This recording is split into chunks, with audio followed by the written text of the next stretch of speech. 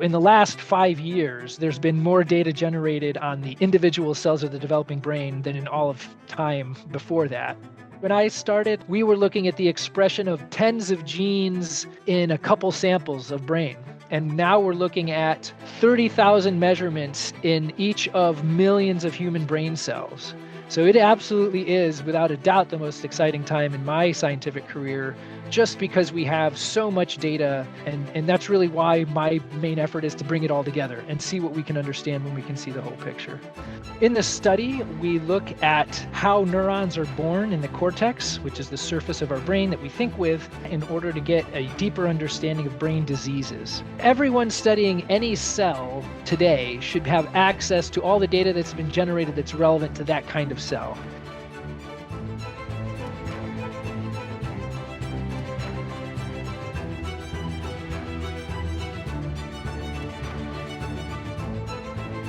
So many of the treatments we use for brain disease today were discovered many years ago, and often even by accident. With the advent of the generation of data at unbelievable scales now from brain cells, we now have the collective ability, collective meaning all the different researchers and all these different data sets, of bringing them together to create real new therapeutics for brain disease. And that's what's so exciting to me, is to see how the product of all this data coming together and combining it with the revolution of AI to generate a whole new wave of brain disease treatments.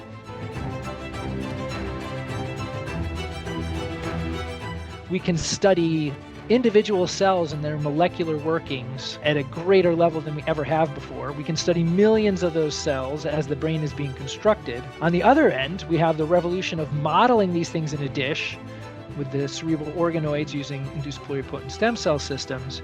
Understanding how this great machine is built between our ears is really our road to understanding how to fix it when it does go wrong.